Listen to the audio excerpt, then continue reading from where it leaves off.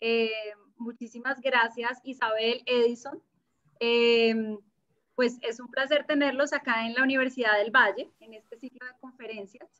Este ciclo de conferencias, pues como les conté, lo realizamos los jueves. La idea es hacer también redes, contar con los amigos para hacer este tipo de eventos. Y bueno, yo quiero presentar a Edison y a Isabel. Edison, arquitecto de la Universidad Nacional, magíster en Hábitat de la Universidad Nacional de Colombia, sede Manizales, doctor en proyectos arquitectónicos de la Universidad Politécnica de Cataluña, profesor asociado de la Universidad Nacional.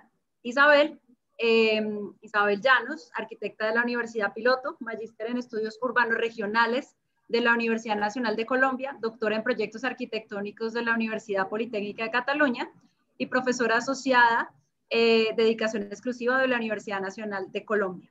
Ambos investigadores del Grupo de Arquitectura, Ciudad y Territorio de la Universidad Nacional de Colombia, sede Manizales.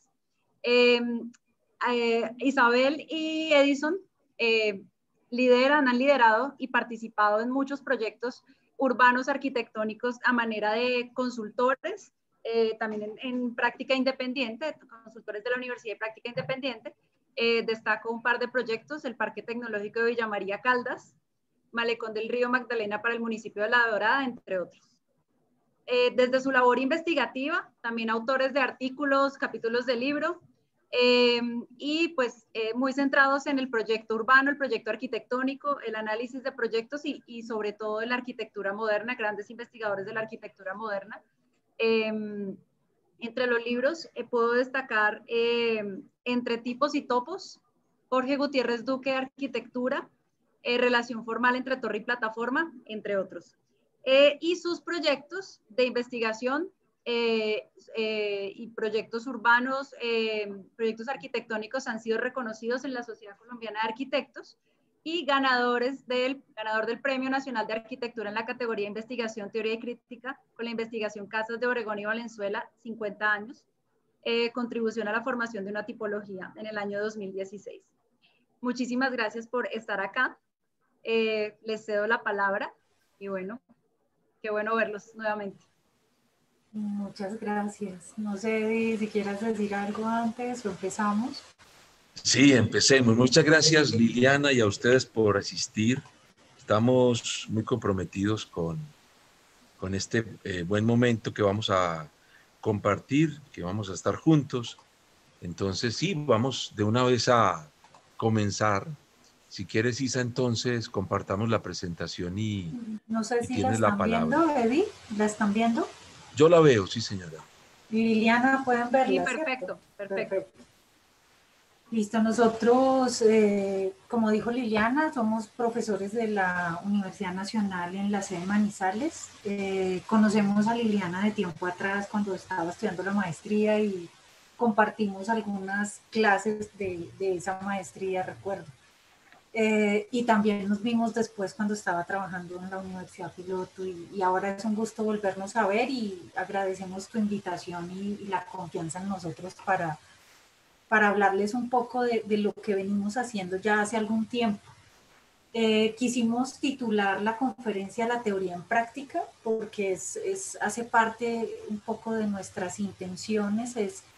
Somos unos apasionados y estudiosos de la historia de la arquitectura y tenemos la fortuna de poder tener una práctica profesional en la mayoría a través de la Universidad Nacional de Colombia y poner en práctica esa teoría que surge de la investigación ha sido nuestro interés y nuestra preocupación en el último tiempo, tanto en el ejercicio profesional como en nuestras clases de arquitectura. Entonces nos pareció que podía ser un buen título. La conferencia está partida en dos cuerpos, uno que se concentra en la parte teórica y las investigaciones que hemos realizado en el último tiempo y que creemos están asociadas a nuestra práctica profesional, en especial a un edificio que fue el que trajimos hoy para compartir con ustedes. Este es un dibujo, pueden ver un dibujo de la ciudad de Manizales, de la topografía de la ciudad de Manizales en la parte superior izquierda. se ve el centro de la ciudad de Manizales, que quienes conocen la ciudad identifican la torre de la catedral, y al costado derecho, en la parte superior, se ve el Cerro San Cancio. Este es un dibujo que hizo Edison hace ya algún tiempo, creo que cuando Ching vino a la facultad y tuvimos la fortuna de dibujar con él en la ciudad. Nosotros, digamos que uno de nuestros autores de cabecera, tanto en las clases del pregrado como de la maestría y en nuestro proceso de proyectual y de investigación, es Carlos Martí Aris, que murió lamentablemente hace poco. Quisimos traer una frase, en este libro, La Cimbra y el Arco, es muy insistente en esa relación entre teoría y práctica, en la investigación y en el ejercicio profesional. Les voy a leer una frase que creemos puede ser clarificadora, tal vez, para presentarles un poco nuestra postura en relación con la teoría y la práctica. Carlos Martí afirma que en el proyecto teoría y práctica son indisociables, como las dos caras que forman el filo de una navaja. No puede haber teoría que no se alimente de los resultados obtenidos a través de la práctica, ni existe práctica que vaya más allá de la simple repercusión mecánica de lo existente que no se apoye en una reflexión de carácter teórico. Para nosotros este ha sido como un principio o ¿qué sería? Una regla en nuestro proceder académico, investigativo y profesional. Para nosotros es muy importante conservar esa relación teoría-práctica. Creemos que la investigación alimenta de nuevas herramientas y nuevas miradas el ejercicio profesional, así lo planteamos también en las clases de maestría que tenemos a cargo en este momento. Creemos, Carlos Martí, el mismo título del libro de La Cimbra y el Arco, habla de esa relación que hay indisoluble o indisociable entre la cimbra en este caso y el arco, y él menciona cómo la cimbra se retira posteriormente para que el arco luzca su belleza. Entonces, para él la teoría es un poco eso, es la teoría que surge en relación con el proyecto, pero que en un momento se retira y el proyecto se presenta. Para nosotros la investigación se concentra básicamente en la obra y en el contexto. Nosotros tenemos como una triada que ha sido rectora en nuestro ejercicio investigativo, y es una pregunta por la historia de la arquitectura, por la tradición, por aquello que nos antecedió, por proyectos que han respondido a problemas semejantes a los que nosotros enfrentamos, por la naturaleza que finalmente define el lugar en donde la arquitectura se asienta, y por el ser que es quien habita esa arquitectura. Entonces, esa triada que tiene mucho que ver con esa relación entre teoría y práctica, y que hace parte tanto de la teoría como de la práctica, ha sido esencial para nosotros. Quisimos también traer a Martí, en este caso, haciendo el prólogo de un libro de Giorgio Grassi, que yo creo que muchos de ustedes conocen, que se llama Arquitectura, Lengua Muerta y otros escritos, en el que Martí dice lo siguiente. Dice que Giorgio Grassi ha dicho siempre que una de las cosas más importantes que debe hacer un arquitecto es escoger sus propios maestros, es decir, establecer esa constelación de referencias, esa familia espiritual que habrá de servirle como base, o mejor, como estímulo para orientar y desarrollar su propio trabajo, ya que, contrariamente a lo que pudiera parecer, en toda verdadera actividad intelectual no es el maestro el que escoge sus discípulos, sino a la inversa, y en ello reside parte de su grandeza y de su riesgo. Un poco en concordancia con esta afirmación que hace Martí sobre Grassi, y respondiendo un poco a lo que decía anteriormente de la relación que tenemos con la tradición, nosotros hemos contado con la presencia de algunos maestros en nuestra vida profesional. Hoy queremos traer a ustedes un par de maestros locales y un maestro de la arquitectura que podría ser entendida como la arquitectura griega. Seleccionamos este par de maestros porque ellos enfrentan un tema que queremos desarrollar en la charla de hoy, y es la definición del plano horizontal como el plano sobre el que se levanta la arquitectura. Entonces, recordando esa reflexión que hace Martiensen sobre las terrazas en la arquitectura griega y cómo los templos se levantan sobre la terraza, pero la necesidad de esa horizontal para poder tener una arquitectura estable, quisimos traer este pequeño texto antes de mostrarles algunos arquitectos y algunos de esos maestros que Martí llama que hemos escogido en este caso en particular. Dice Martiensen, la primera condición de cualquier sistema de organización formal destinado a abarcar las actividades de la vida organizada o colectiva es un plano horizontal o una serie de planos horizontales relacionados, que es el tema que hoy queremos compartir con ustedes, es la construcción de ese plano horizontal. El equipo sensorial del hombre exige por su naturaleza esa estabilidad visual que solo las superficies planas son capaces de ofrecer. Y aún en la definición menos compleja del espacio utilizable, vale decir, utilizable por el hombre como perceptor y móvil, el generador del sistema es una superficie plana que por medios estructurales deliberados niega la irregularidad de las condiciones topográficas existentes.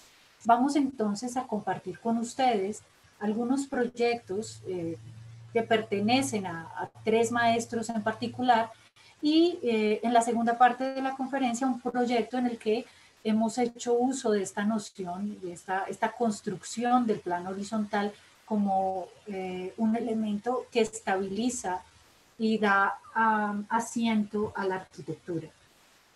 Cedo la palabra entonces a Edison para que les cuente un poco de una de esas lugares que ha dado, no sé, que nos ha generado esta reflexión, y es la presentación del templo griego, en especial el templo de Apolo, que tiene lugar en Delfos. Edison, tienes el micrófono cerrado. Ok, ahí ya me escuchan, ok. Sí, sí. Perfectamente. Sí, Isa, este es un tema muy apasionante que yo creo que ustedes seguro en su biblioteca tienen el libro de Martiensen, y si no, valdría la pena tenerlo porque él hace por todos nosotros un esfuerzo muy grande para discernir sobre los temas esenciales de la arquitectura, y para eso va a los orígenes mismos. Busca en Grecia las constituciones básicas de lo elemental, que para nosotros es bien importante porque cada vez que hacemos un nuevo proyecto nos damos cuenta que esas elaboraciones tan sofisticadas que eventualmente adquiere la teoría de la arquitectura, generalmente a cargo de personajes que están en búsqueda de brillar más que de esclarecer, pues terminan por ser palabras al aire cuando uno se enfrenta a una realidad suprema, como es precisamente la que los griegos constituyeron en ese mundo pétreo que les tocó en suerte, en ese mundo geográfico tan escabroso, tan duro, como es, pues ustedes saben, todo esa porción del territorio mediterráneo allá al borde del Egeo.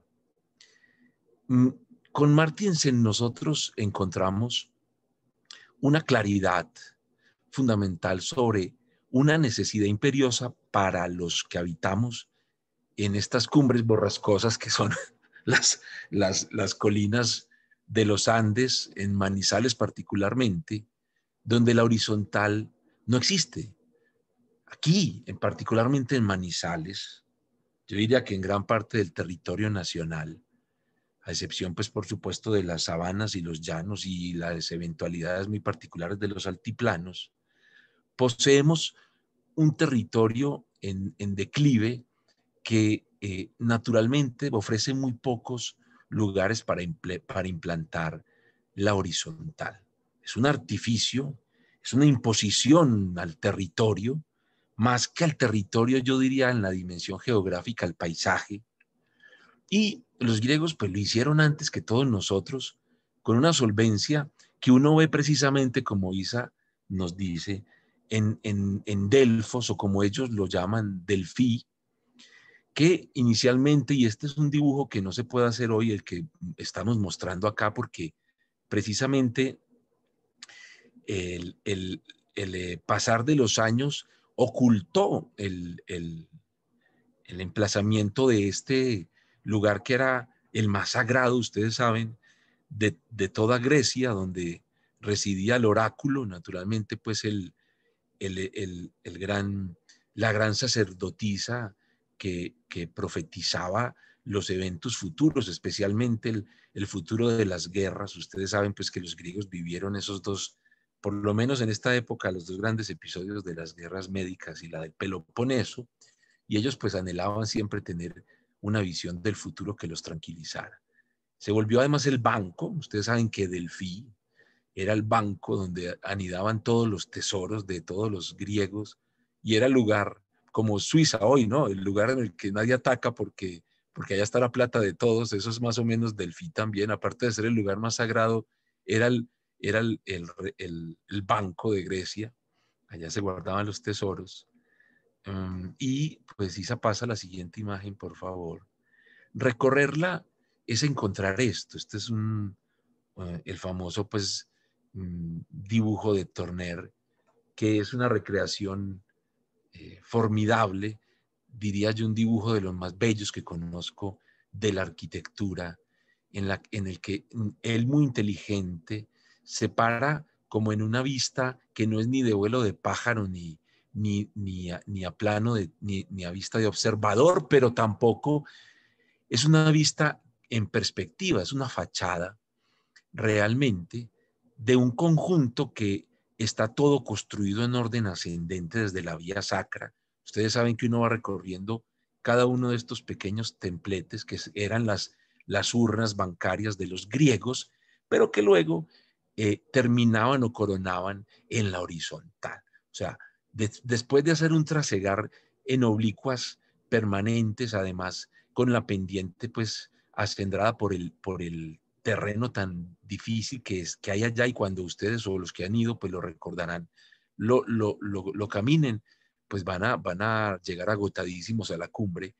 Pero sin duda lo más interesante de todo Delfí, para mí, por lo menos en mi recorrido, fue encontrar el estilo Bato sembrado pues en la gran terraza de las que habla tanto Martín Sen, esas terrazas que horizontalizan la ladera y que resuelven el cenáculo, el basamento de los templos, especialmente en este caso, pues el templo de Apolo, que ustedes saben que anida en una dimensión sobrenatural. Los templos nunca eran pequeños, bueno, a excepción del de Poseidón y otros dos o tres, pero por lo general eran estructuras formidables que difícilmente podía uno imaginar en una circunstancia distinta a la de un enorme plinto que le diera fundamento. Pasemos a la siguiente, después de este delicioso placer de ver el dibujo de Turner.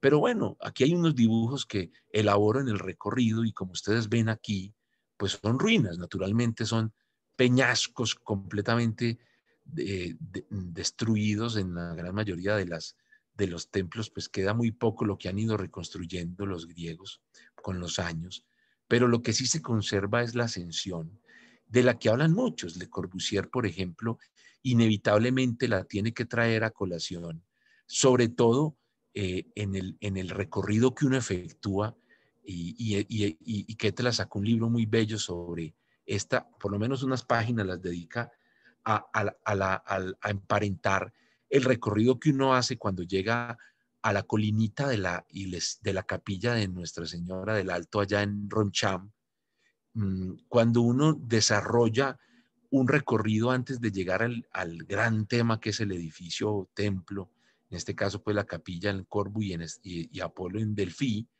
Pero lo interesante es precisamente el contraste entre la oblicua y la horizontal, que a nosotros se nos hace del día a día en Manizales, y es el tema que traemos hoy precisamente a colación, pues porque la lucha que nosotros desarrollamos. Digo, y me incluyo en el equipo, estoy hablando de un equipo de más de 100, 200 años de existencia para poder resolver el gran dilema de la horizontal en la oblicua.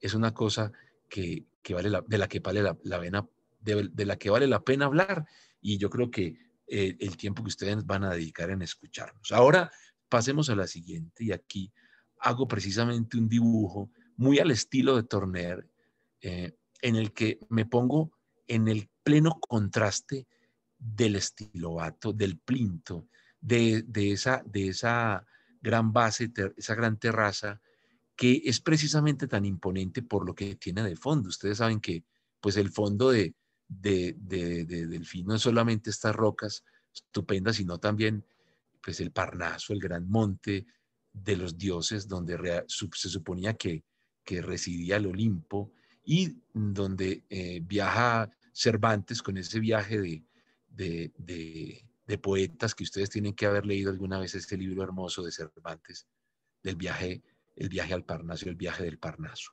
Pero con ese fondo tan potente, pues uno encuentra el contraste precisamente en esa horizontal. Ahora, pues todos sabemos que los griegos la constituyeron a partir de una experticia profunda en el manejo de la estereotomía. Ellos realmente con los mármoles del Pentélico sobre todo, pero en el caso pues de la Acrópolis, pero aquí pues seguramente traídos de alguna beta cercana, ellos tenían unos maestros artesanos que cortaban la piedra y que eran unos verdaderos estereotomistas, como los que no tenemos ya. Eso pues no existe en nuestro país, y nosotros forjar un plinto de esta magnitud, a menos que sea como lo hacemos en Manizales, yo diría que es prácticamente imposible, a menos que practiquemos una ingeniería de alto costo, que es precisamente lo que inhabilitaría la posibilidad. Aquí vemos el contraste precisamente de la ruina, las pocas columnas que se yerguen y que de alguna manera le dan sentido al plinto. Vamos para la siguiente, si quieres, Isa, y veamos un poco más cerca esta vista en la que se ve nuevamente. Estoy haciendo un recorrido dibujado, o sea, si ustedes van conmigo, estamos subiendo la colina de Delfí y estamos ascendiendo de tal manera que desde la vía sacra hasta acá, pues estamos encontrando, digamos, las condiciones básicas de ese elemento horizontal. Ahí está, y intenté en este dibujo poner atrás el corte de la montaña para resaltar aún más esa presencia. Adelante. Sí, aquí cambian las cosas. Aquí hice un dibujo inicialmente desde arriba. Allá se alcanza a ver un poco las columnas de la ruina de Apolo, del templo, y se alcanza a ver la cuenca de este valle, pues fantástico, que termina pues allá en el estrecho de Corinto, pero que desde aquí se alcanza a ver en primer plano. Ustedes saben ya pues el hemiciclo del teatro griego, ¿no es cierto? El Epídavros, que luego, este no es pues obviamente el Epídavros, pero es de alguna manera la consolidación del tipo edificatorio del teatro. Y luego en este dibujo yo no logré revelar la horizontal, pero desde arriba, no desde abajo. Y entonces lo volví a hacer. Yo dije, caray, ¿qué pasó? Me falta algo. Y lo hice nuevamente, y aquí aparece otra vez. Y aquí sí queda patente precisamente la importancia de ese estilobato, que pues no queda sino eso, y las 3 o 4 columnas que han logrado parar pues con el tiempo.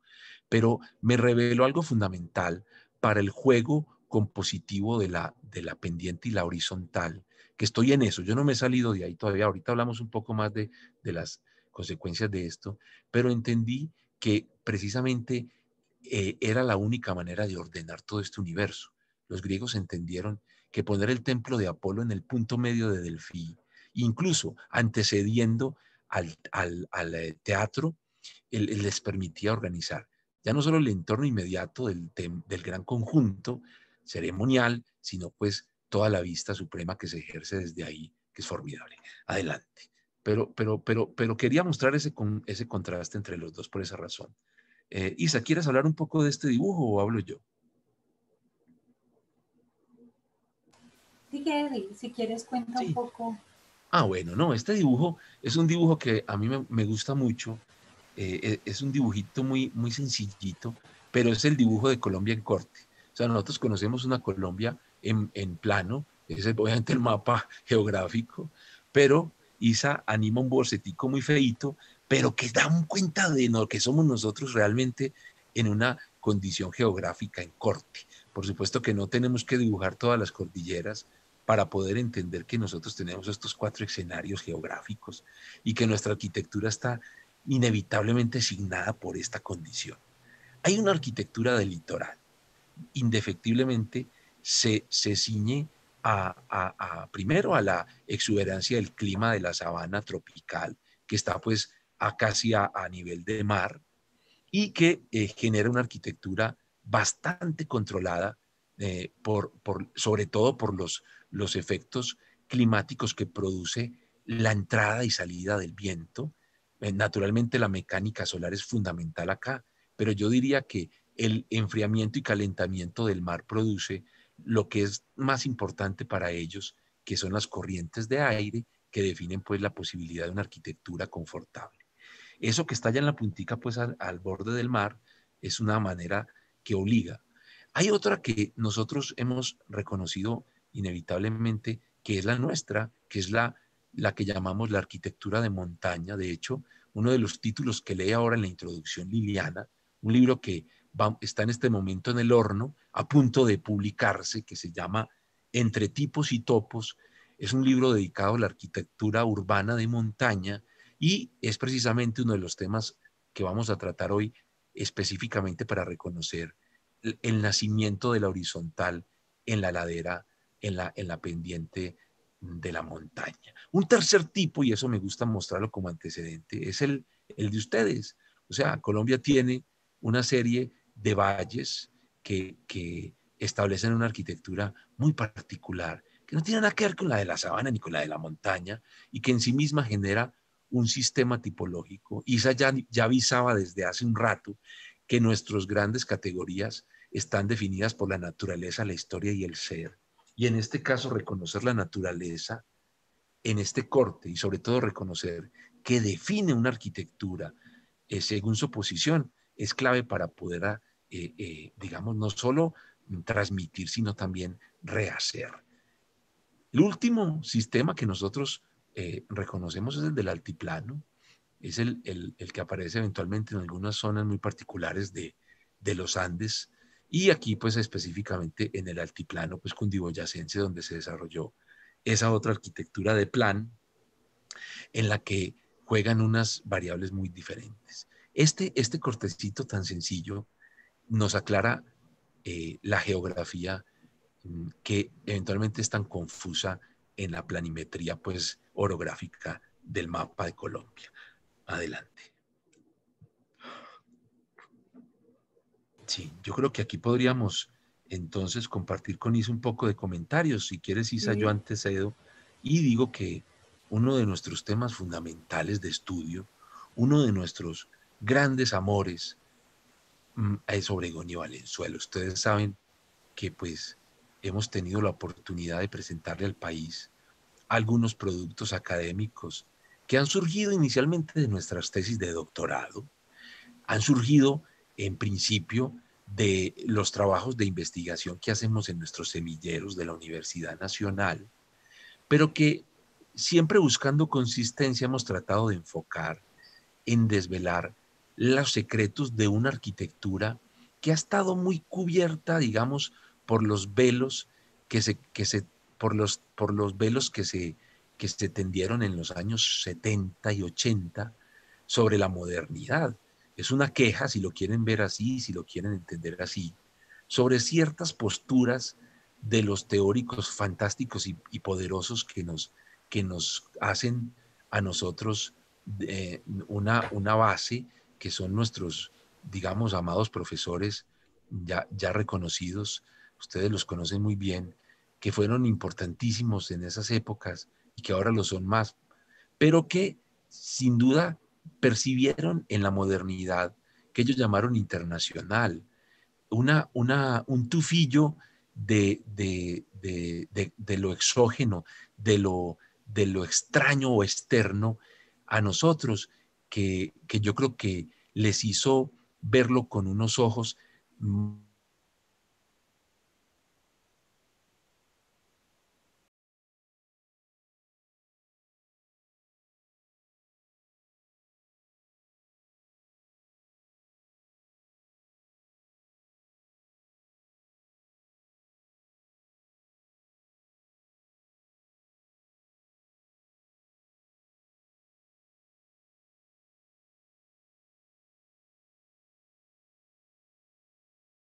precisamente eso. Yo creo que una teoría no es de ninguna manera una formulación genérica, sino precisamente es la búsqueda en el caso específico de esa lección, como lo menciono, y en este caso los fotógrafos, miren lo que hicieron, revelaron en el caso de Obregón y Valenzuela una búsqueda intensa de esa imbricación del edificio con su mundo circundante. Te cedo la palabra, Isa, para que continúes con esta explicación. Gracias, Eddie. Yo quisiera como contarles que decidimos traer hoy 3 clubes de Obregón y Valenzuela.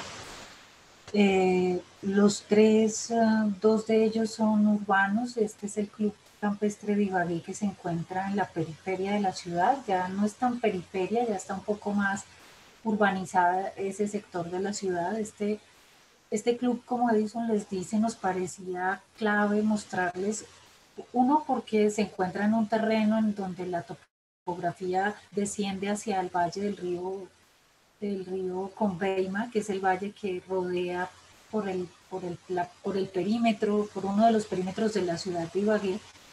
Y Obregón y Valenzuela deciden construir esa horizontal de la que hemos venido hablando, de la que nos hablaba Martinsen, que denominaba terraza, sobre la que se levanta el templo, y que da estabilidad a la actividad del hombre.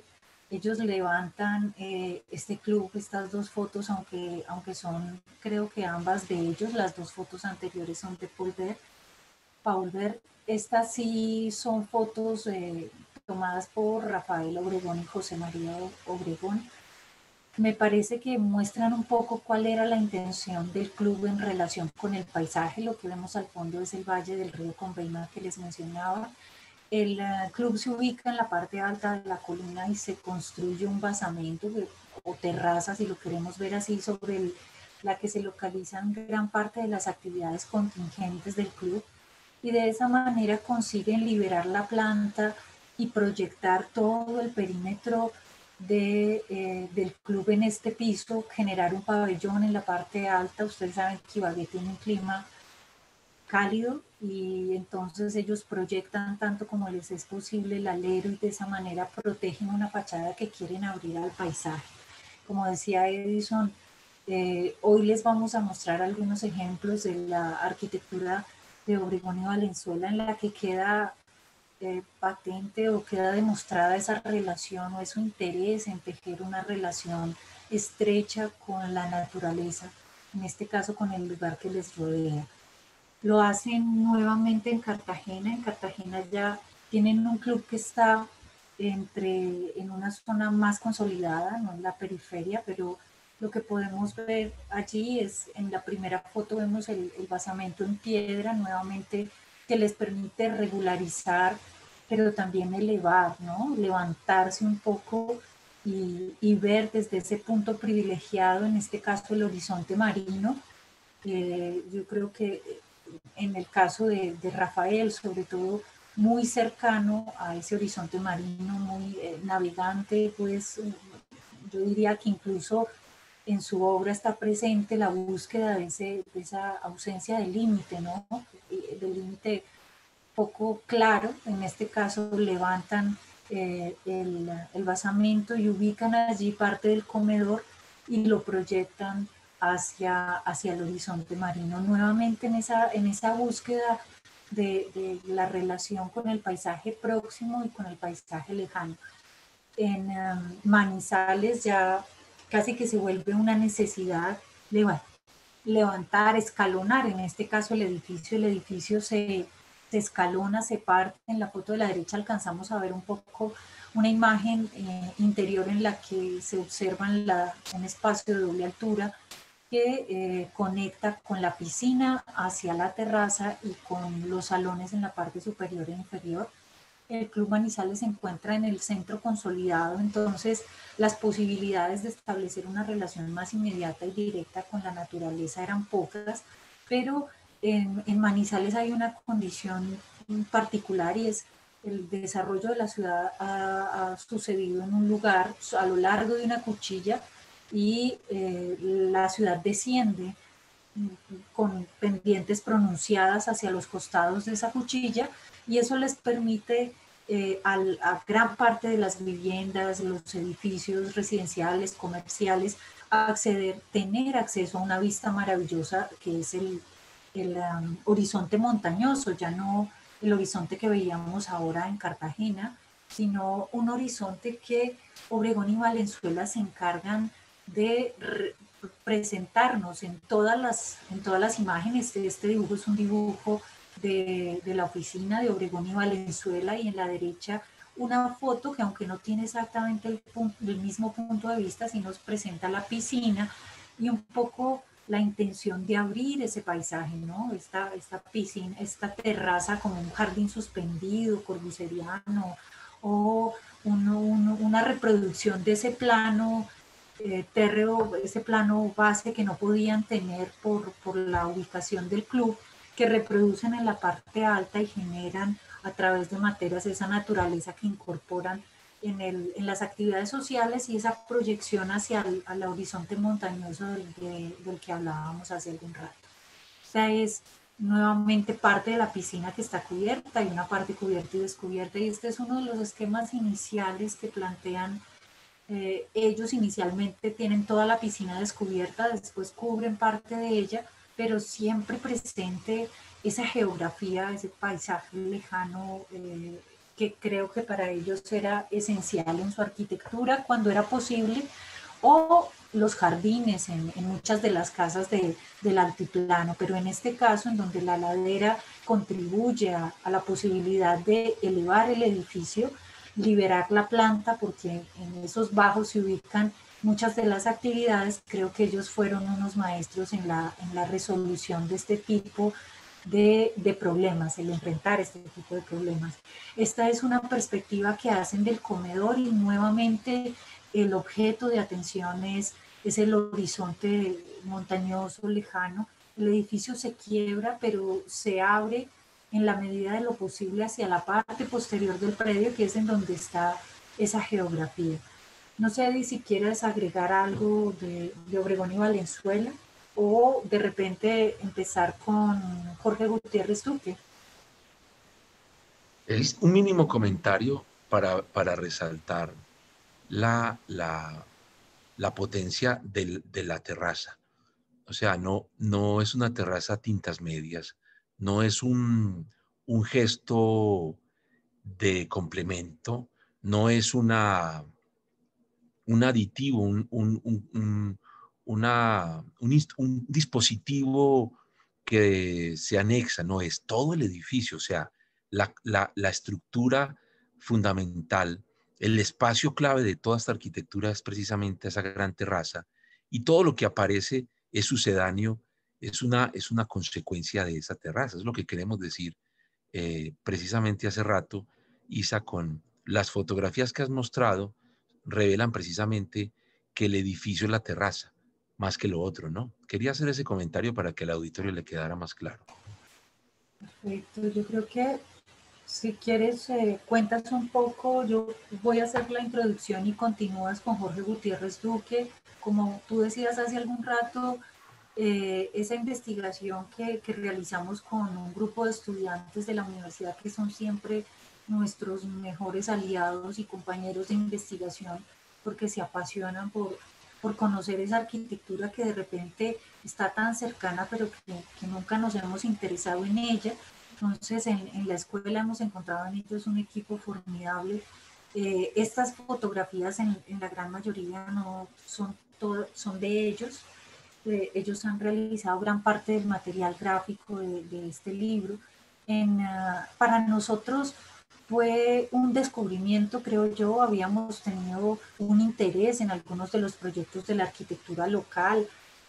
Nuestro interés ha estado en la modernidad. Quisimos ver un poco la relación con esta, o la creación de esta terraza en Grecia, verlo después en unos arquitectos que desarrollaron gran parte de su obra en Bogotá, en Barranquilla y algunas obras en otras ciudades más pequeñas. Y quisimos traer como el tercero de los maestros, de esos de los que nos hablaba Martí, que Giorgio Grassi recomendaba escoger esos maestros.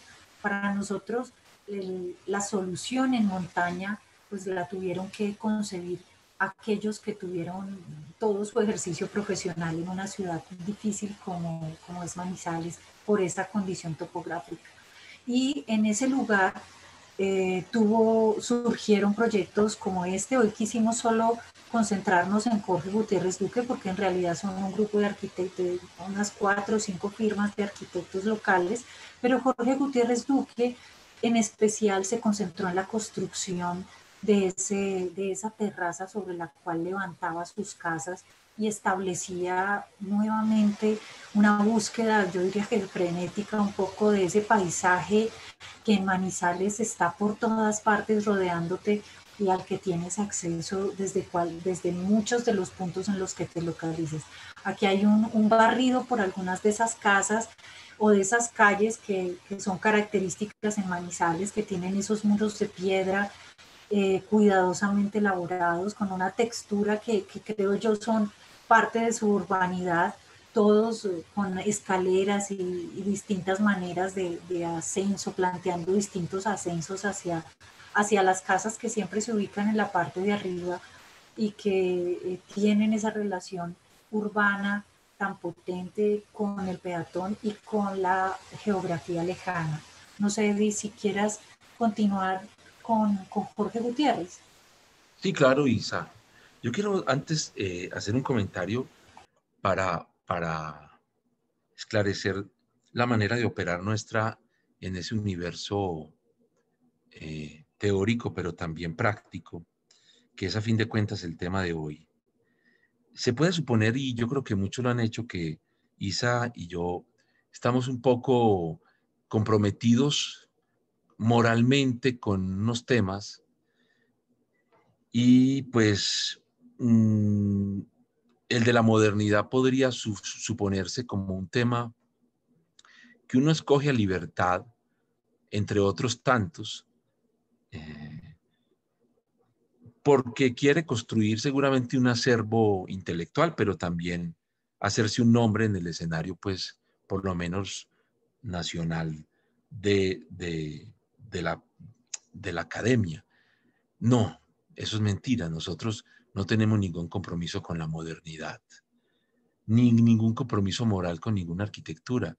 Lo que sucede es que eh, la modernidad se nos presenta con una clarividencia, con una solvencia formal y resolutiva en los términos esenciales que nosotros ya vemos en Grecia. No vamos a decir que Manizales es Grecia, ni más faltaba, pero evidentemente los arquitectos que operaron en la modernidad tenían la misma sangre, tenían unos propósitos que no alentaban ningún tipo de especulación, sino ejercicios de solución de grandes problemas. Y por eso es que nosotros hemos dedicado tantos años a estudiar esas arquitecturas modernas y pues hemos intentado rehuir a este escenario, siempre nos vuelve a atraer como un imán irresistible porque la modernidad se constituyó en términos esenciales. ¿Sí? No hay juegos, no hay especulaciones, no hay revoluciones, que es algo que se ha puesto muy de moda en la arquitectura. La palabra innovación parece ser muy importante cuando nunca lo ha sido. Yo comparo y creo que lo tratamos de dejar claro con los estudiantes, a la modernidad con la música clásica. Es un poco lo que pasa en el escenario de la música. Puede haber muchos revolucionarios y famosos, pero siempre hay un grupo que sigue estudiando la música clásica y no es pequeño y la alienta y tienen sus institutos y sus conservatorios, y lo que usted aprende ahí es a interpretar los grandes momentos. Y para nosotros la arquitectura moderna es, en franca lid, un escenario en el que podría uno suponer que existen esas partituras que se escribieron con esa solvencia que luego uno no tiene ningún problema en reinterpretar eternamente como hacen los músicos. Entonces, dejar claro eso es importante, porque igual, entonces, estudiar a Obregón y Valenzuela o a Jorge Gutiérrez Duque o a Robert Vélez no sé, Ricardo González Ripoll, les voy a decir 1000 nombres de Colombia, no resulta ser un compromiso con la historia, que tampoco nosotros no somos historiadores, ni tenemos ningún interés en revelar ningún documento que no sea específicamente lo que el proyecto bien hecho y pensado en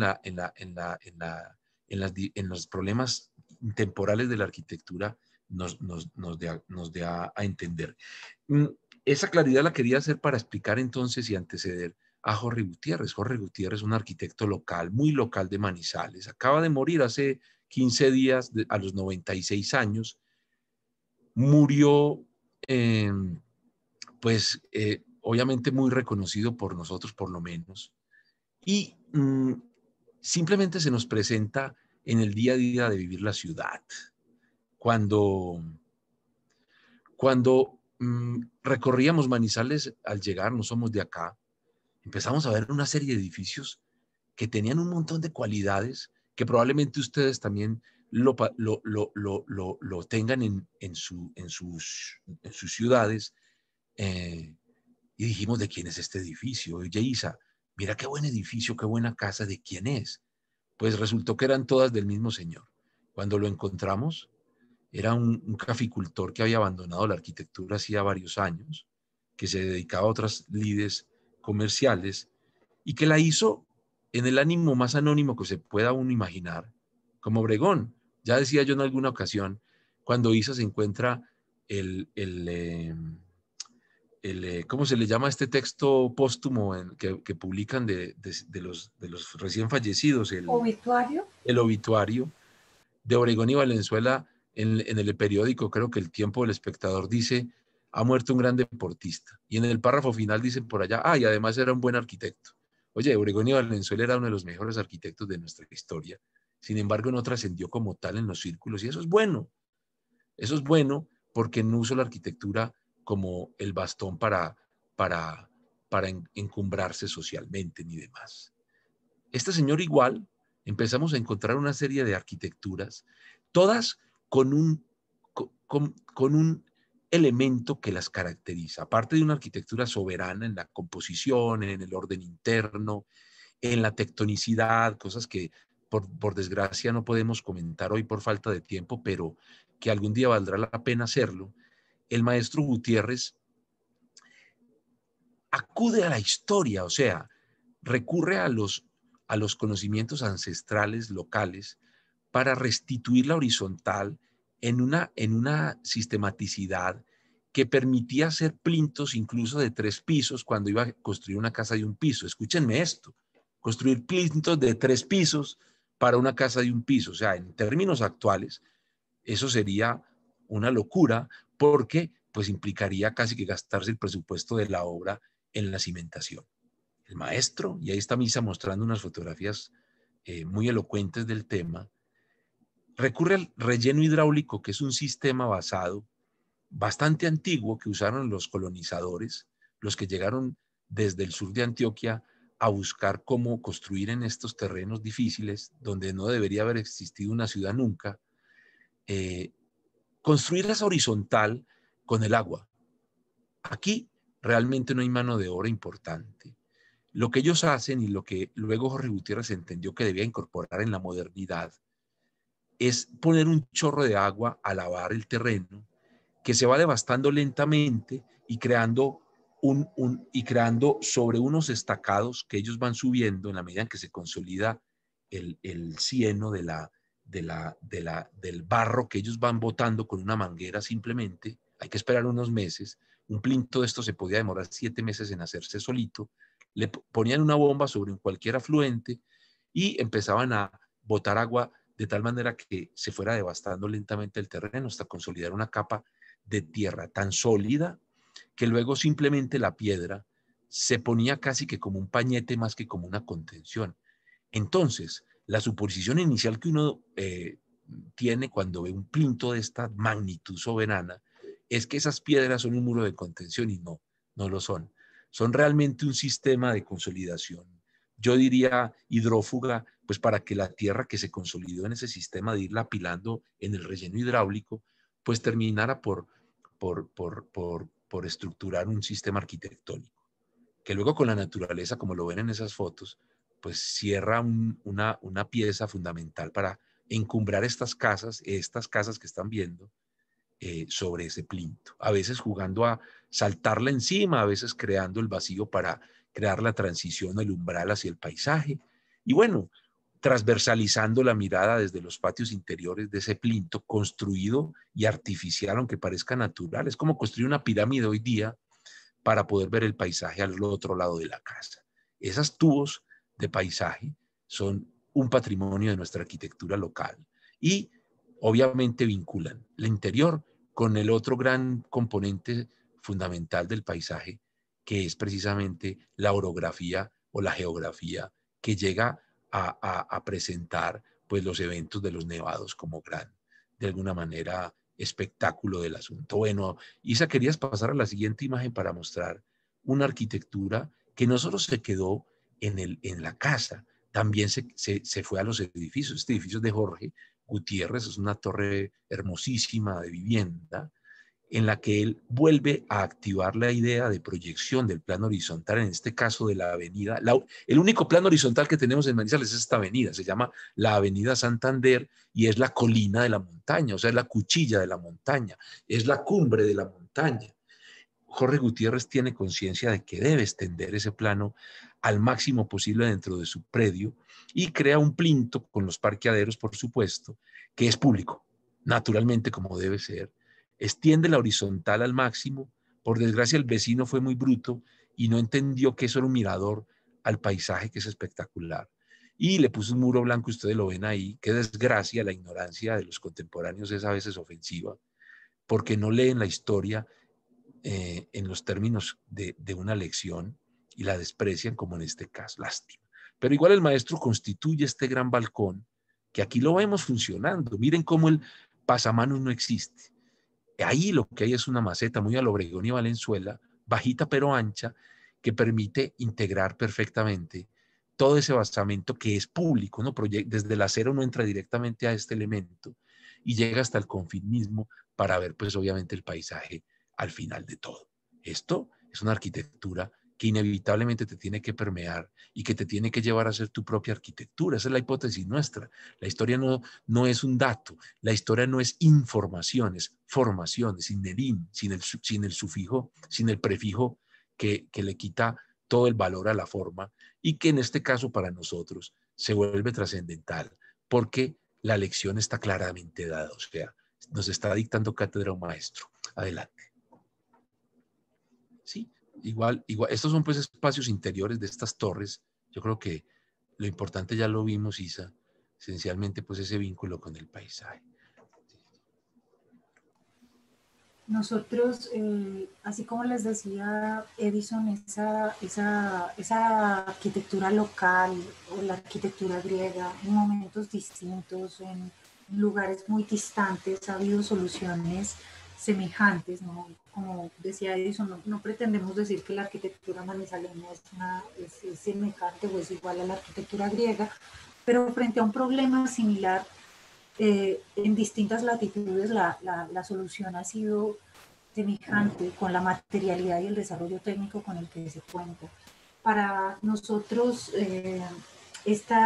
Cristina Gastón es otra investigadora del proyecto que se ha interesado en el tema del lugar y en particular en el tema de Mies, y que creo que en este texto nos presenta un poco o nos aclara cuál es la hipótesis de su investigación, que tiene que ver con lo que nosotros venimos a contarles hoy, es esa relación que vemos entre la historia y el ejercicio profesional de los arquitectos, que creemos que que si esa relación es cada vez más estrecha, podemos tener una mejor arquitectura, en tanto hacemos uso de unas soluciones que ya han estado, que ya se han empleado, y no me refiero a una solución tipo que se repite como un sello, sino una serie de identificación, o es la serie de identificación de problemas y las soluciones que se dan a ellos. Cristina entonces ve la arquitectura y el lugar en una relación de doble dirección, que creo que para nosotros tiene mucho que ver con la manera como vemos el lugar, no simplemente como unas características o unas condiciones que están allí y que tenemos, que se nos imponen, sino unas condiciones que permiten que haya un diálogo con ellas, o que permiten que nosotros revelemos esas condiciones a partir de la arquitectura. Quisiera leerles entonces como abrebocas al proyecto que Edison les va a presentar. Es el proyecto que realizamos en la ciudad de Villa María. Leerles esta frase de Cristina Gastón, que es prácticamente, creo yo, la hipótesis de su investigación. Ella afirma que el lugar no se contempla como una imposición que dicta sus leyes al proyecto. No es algo que se impone, es algo que está allí, con lo que podemos establecer un diálogo. El arquitecto interpela al lugar desde un sistema de orden previo. Elige las circunstancias propicias con las que establece trato. La relación con el entorno se comete positivamente y es por lo tanto una elección doblemente intencionada. En muchos casos, las condiciones más exigentes son el principal estímulo para la concepción del edificio, circunstancias que se podrían haber soslayado con la base para establecer una conexión intensa con los alrededores. La valoración de las circunstancias físicas y espaciales del entorno comienza en la elección del emplazamiento, decisión que se toma desde la conciencia visual del lugar y el conocimiento de los medios arquitectónicos con que cuenta, pero solo se completa al acabar el proyecto. La arquitectura cumple un papel activo en el proceso de desvelar sus cualidades. El juicio sobre el lugar se elabora con la intercesión del proyecto. Para nosotros es esta relación activa la que quisiéramos conseguir con nuestra arquitectura, esa relación activa con el lugar que vemos en la arquitectura griega, en la arquitectura de Obregón y Valenzuela, en la arquitectura de Jorge Gutiérrez Duque y, como decía Edison, de muchos otros arquitectos locales que intentaron establecer con su arquitectura una relación activa con el lugar, un respeto profundo a partir de la interlocución con las condiciones y las características de ese contexto. Quisiéramos entonces presentarles y poner como casi que poner a su disposición las reflexiones que tuvieron lugar, que tienen mucho que ver con la implantación de la que hablaba Cristina en su investigación. Quisiéramos entonces mostrarles este proyecto, que es el Parque Tecnológico de Villa María, que se hizo aquí en Caldas y que hace uso de eso que hemos venido hablando, de la constitución o de la restitución de la horizontal para poder levantar sobre ella la arquitectura. Edison, no sé si quieras entonces contar un poco sobre el proyecto. Sí, Liliana nos dijo que nos daban un poco más de una hora. Yo creo que no nos vamos a extender mucho para abrir el micrófono a eventuales preguntas, si es que las va a haber. Entonces, sí, en breves minutos expongamos este proyecto. Es un centro, un parque tecnológico, realmente es un edificio que surge con el programa que dicta la Cuarta Revolución Industrial para escenarios no solo educativos, sino también empresariales. Es un complejo en el que se va a desarrollar un contenido basado en todos los adelantos que la web propone. Naturalmente, para nosotros el orden de la edificación de nuestra era es la planta libre. No tenemos ninguna duda que esa tarea que desarrolló Mies desde los mismos albores de la arquitectura wrightiana y que el mismo Corbusier de alguna manera propone en muchos casos exitosos de sus obras, que vemos reflejado en otras arquitecturas de la modernidad, tiene cabida hoy día en tanto la flexibilidad que está asociada a la planta libre, a la clear span, como la llamaba Mies, provee a este tipo de escenarios posibilidades infinitas de organización interna que vienen de la mano, obviamente, de los núcleos, de los core, como los llamaba también Mies, esos núcleos que concentran todos los servicios de tal manera que grandes extensiones interiores de área se puedan adaptar a usos que van cambiando, que son itinerantes, tanto como la diversidad, pues, que de alguna manera la cuarta revolución está pidiendo a los espacios. Así que más antes más hoy que antes, este sistema de clear span de planta libre nos es caro, nos ordena nuestra arquitectura desde una casa hasta el último edificio que hagamos. Son convicciones que hemos ido adquiriendo con el tiempo y que nos regala, pues, obviamente, conocer con mucho juicio los casos exitosos locales y, obviamente, pues, los de otros lugares.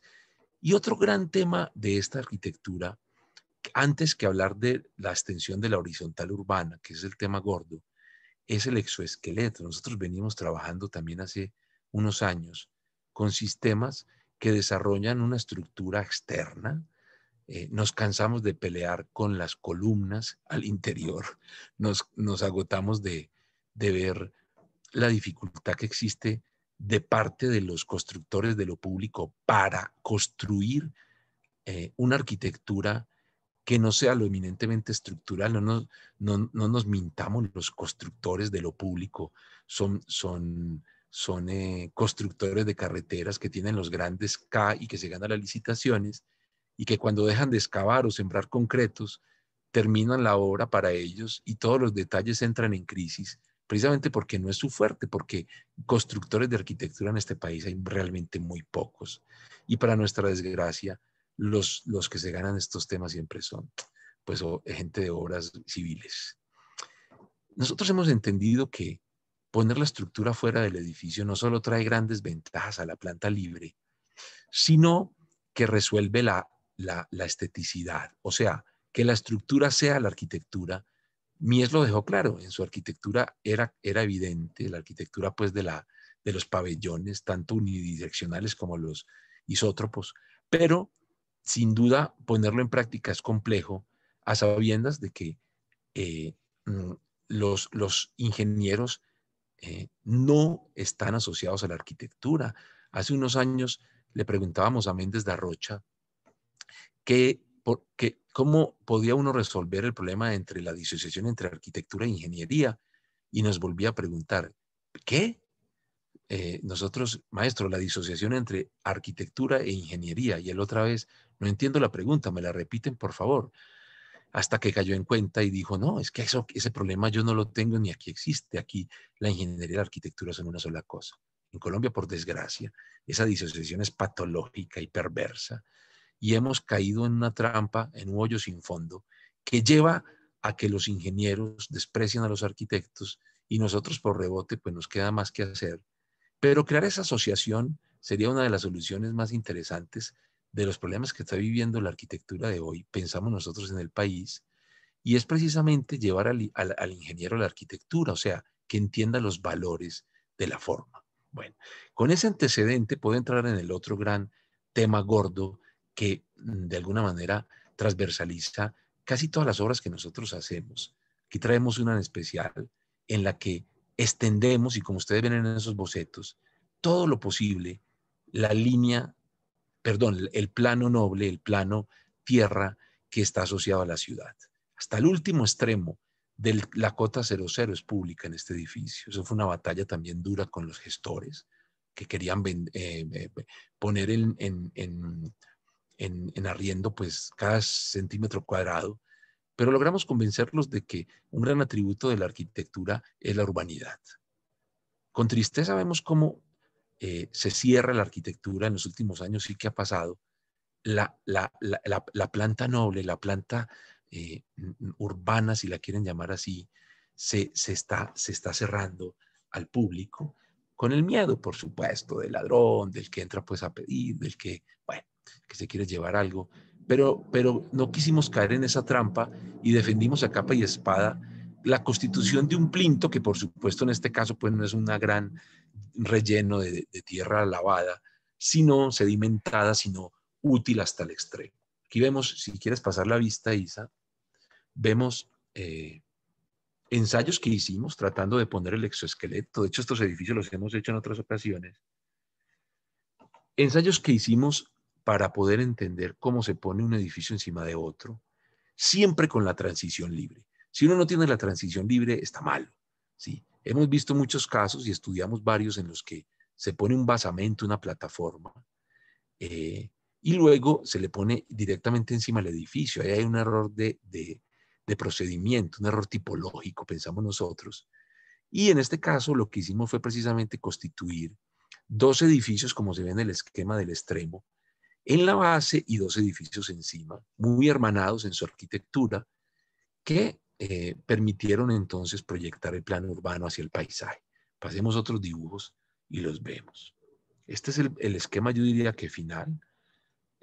Montamos dos barras exoesqueléticas, digamos, o sea, toda la planta interior es libre, con la estructura exteriorizada, y constituimos un plinto un poco más cerrado para que se transmitiera esa idea de base estereotómica, aun cuando pues internamente es absolutamente tectónica, está constituida como un espacio habitable. Pasemos otra imagen, por favor. Sí, aquí se ve en este esquema cómo se cruzan las barras y cómo ese piso intermedio está libre. Ese es el espíritu de este proyecto. Obviamente hay unos servicios que le dan vida, tampoco hay que liberarlo pues al uso y el desuso, sino que por supuesto le dimos o lo alimentamos de actividad, pero obviamente sin traicionar la densidad de lo abierto sobre lo cerrado. Adelante. La conclusión es esta. Es un edificio que está en obra, ahora hay una primera etapa construida y están construyendo la segunda.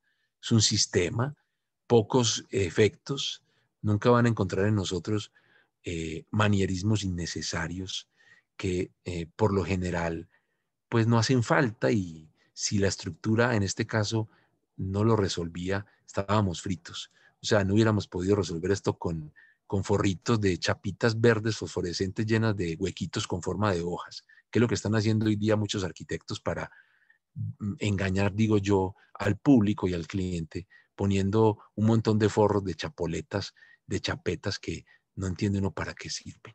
En este caso, confiamos en la estructura, en ese exoesqueleto, y naturalmente pusimos unas persianas fijas de protección, naturalmente, para poder, pues obviamente, trabajar sin cortinas y ver pues el paisaje filtrado que queda bien. Ahí se ve la terraza.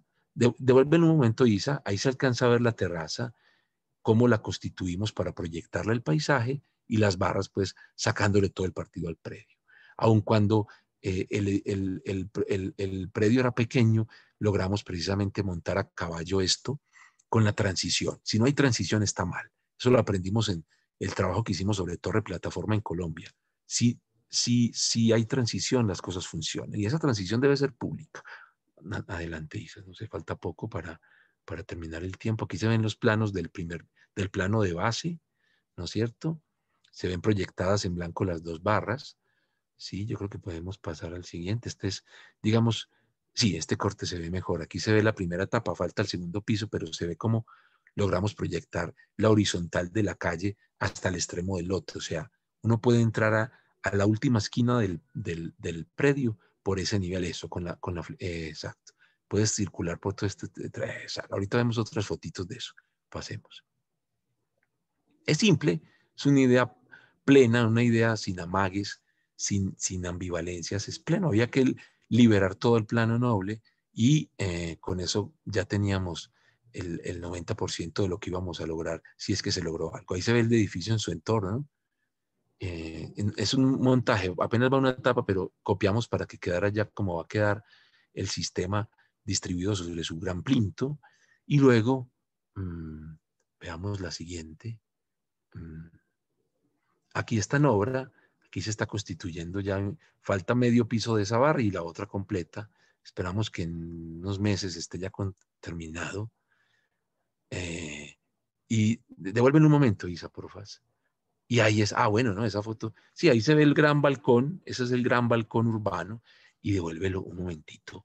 Bueno, esta es estupenda, ahí se ve pues el sistema. Ustedes no se imaginan la lucha que dimos con el ingeniero para que el nudo estructural fuera decente. No vamos a decir que es un nudo miesiano, ni un nudo pues no, es un nudo en los rigores de lo que nos dejó Aicardi como legado en las normas, pero sin duda hicimos un trabajo de depuración del nudo para que fuera digno y la estructura no tuviera que esconderse bajo chapoletas innecesarias. Esa es la que sostiene el edificio. Cada kilo de acero está haciendo un trabajo fundamental. Miren esto, ahí está Manizales al fondo, el dibujo que mostramos en la primera imagen donde aparece la ciudad, dijimos esto es lo que tenemos que trabajar, y se recuerda ese momento con Chin, el gran pues, dibujante, el gran maestro Chin, y tuvimos el privilegio de irnos a dibujar con él por todo Manizales, que fue una delicia, y pues nos enseñó cantidades, entre esas cosas saber lo que vale la pena. Y nosotros quisimos traer ese mundo a este proyecto, y con este gran extensión, obviamente faltan pues acabados y demás, con esta gran extensión de la horizontal, como terraza como tema, como en Obregón y Valenzuela, nos soportamos ahí y dijimos, confiemos en esto tiene que funcionar. Ustedes saben el miedo que da hacer un proyecto y más público y afianzarse en esos maestros era lo único que teníamos, lo único que todavía tenemos. Faltan fotos, Isa, yo creo que ya estamos terminando. Sí, miren que estos son los deambulatorios laterales a las barras, este ya está construido, sí, esencialmente, pues ahí se ve el entorno muy, yo creo que esa foto la deberíamos devolver un momentito, Isa, eso, ahí se ve pues un entorno muy desbaratadito, pero no importa, esa es la ciudad y nosotros no tenemos por qué negarla, igual algún día ya mejorará con el vecino, pero esto todo es público, o sea, uno ingresa por cualquier parte y simplemente encuentra unas componentes que son pues almacenes y tal, que es la parte de landing del proyecto para hacerlo sostenible, y lo otro fue una lucha para que con el acero y las juntas pudiéramos hacer algo medianamente digno, y eso sí, extendiendo el plano noble hasta el infinito, hasta donde diera, todo el lote, todo lo posible. Esta es la planta libre de la que hablamos con el exoesqueleto, miren, ahí está pues obviamente en obra, no tiene ninguna cosa sofisticada, solo los núcleos y, por supuesto, pues todo el resto del sistema abierto a la luz natural. Esta es la realización plena de lo que nosotros suponemos que es un edificio muy económico, debo decirles, y se construyó esta primera etapa en un tiempo muy corto, porque todo se ensambló, toda esa estructura se ensambló en obra. Aquí hicimos una simulación de el edificio ya montado y mirando a su mundo, el que está enfrente, que es espectacular. Yo creo que con eso podríamos ir terminando. Isa, no sé si sí, tú... con esta imagen terminamos. Yo creo que pues, me parecía buena para terminar porque era precisamente esa condición de la que hemos hablado durante toda la conferencia, esa relación con la geografía, pero también con el paisaje construido, esa incorporación del entorno en el proyecto y esa condición de lo público que yo creo que ha sido como nuestra intención y que creo que también es una lección de otras arquitecturas, y es la liberación de la planta baja, la posibilidad de tener unos espacios colectivos y seguir pensando en opciones, en alternativas para no tener que cerrar toda la arquitectura y menos la arquitectura pública.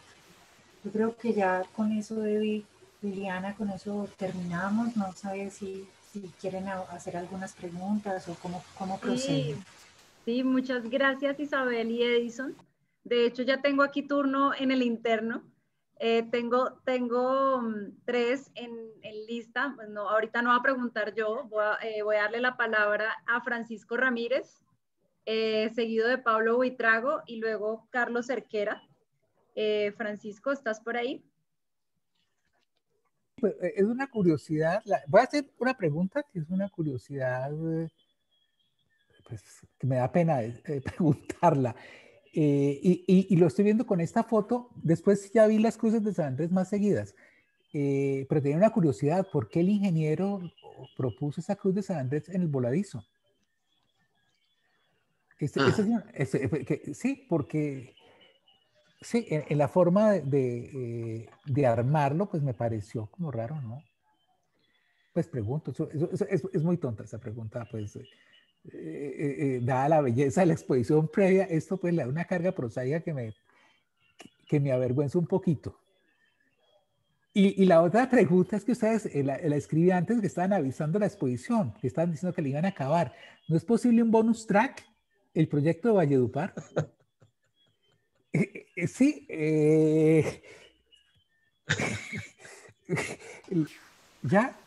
Y No hay nada pensando, preparado, Francisco, y lo digo no, y lo digo porque creo que este proyecto es bellísimo, está terminado, bueno, no está terminado, pero sí hay una fase, y creo que deberían regalárselos a los a los que estamos aquí, ¿sí? Sí, sí, Francisco, no, sería un gusto mostrarles y mil gracias. Es un proyecto muy querido nuestro, pero yo no sé, Isa, tú tienes información ahí para hacer una pequeña presentación al público, si es que es posible, y atendiendo a Bueno, Francisco. no, y realmente digamos que la charla ha sido muy estimulante. Creo que, en se- que hay cosas que son bastante provocadoras en la intervención de Edinson, hablando en, voy a decirlo, traducido, digamos, la ideologización de la arquitectura colombiana, ¿no? Con la arquitectura del lugar y demás, y que aún recurriendo a Heidegger como más de uno de ellos, de ellos se puede decir entre comillas, lo mencionan, pues no han entendido esta idea del espacial que estaba implícito en el mismo texto y que ustedes que retoman a Martinsen, que me parece que es una lectura recomendada, la sustancia, ese capitulito inicial de la sustancia de arquitectura me parece que es una de las lecciones de arquitectura más extraordinarias y, digamos, transversales que uno pueda encontrar, ¿no? Yo siento regocijo cuando alguien menciona a Martins. Recién me di cuenta que había una edición reciente. Yo tengo una fotocopia de la edición argentina viejísima. Nosotros también tenemos una fotocopia, Sí, conseguirlo lamentablemente. es muy difícil. No, Tú sabes que él escribió ese libro y se no, murió. Él sí, murió a los 35 años, pues imagínate. los 35 años, pero hay una edición reciente. La vi justo en Casa del Libro, buscando otros libros ayer o antier, y me sorprendió. No la Sí, habíamos esa es la visto. guía Sí, para no, ir a no, Grecia. Tú te lo metes en el bolsillo y te vas a Grecia y entiendes todo por fin. no, yo creo que creo que además es una guía para ver la arquitectura moderna también. Ah, no, pero no hay duda, no hay duda, Claro. no hay duda. En Ah, la mira, ahí parte se final, encontró. él hace esa, trae a colación pues el texto que escribe Janet, no, ¿cómo es? En las últimas páginas del libro de Martinsen está una descripción de la arquitectura griega que hace, creo que es Pierre Es Janeret. Le Corbusier, Isa. No, no, pero no estoy, no. Bueno, no estoy segura. No, es el primo de Corbusier. Ah, Pierre Jeanneret. El primo de Corbusier hace una descripción y Martinsen la incorpora, por lo menos en la edición que nosotros tenemos, y habla del espacio y de la vigencia. Yo para mí es como la arquitectura inmortal también, ¿no? Es vigente todas las reflexiones que plantea Martinsen ahí. Bueno, estamos en el bonus track, me parece fantástico verlo. La única presentación que hay es la que se hizo en la Viena. Entonces, no. Y debo decir que yo esperaba que hubieran dejado escribir sobre este proyecto, pero mocharon el texto. Tú estuviste haciendo los textos de la Bienal, No, Francisco. no, no. Yo hice una presentación de la Bienal y me cortaron la mitad del texto porque por número de páginas, etcétera. Entonces, dijéramos, no pude comentar esto porque me parecía muy interesante ese efecto de lo que ya ustedes dijeron de la horizontal, del plano continuo, ¿sí? Y del espacio que se percibe y que se siente. Es decir, es una arquitectura, voy a decirlo en sentido estricto, que construye muy bien una mirada sobre el paisaje y por tanto revela las condiciones específicas, el lugar, la temperatura del lugar. Es decir, difícilmente una arquitectura pues revela tantas cosas. Sí, Liana me dijo que si iba a preguntar, yo iba a decir, es que me queda muy difícil fuera de la estupidez de la cruz de San Andrés, que es una curiosidad técnica secundaria. Yo decía, yo prefiero hacer una elegía. Sí, y creo que hay unas afinidades, alguna vez yo, sí, afinidades selectivas. Espérame, yo dije, creo que esta presentación que tengo solo tiene un pedazo.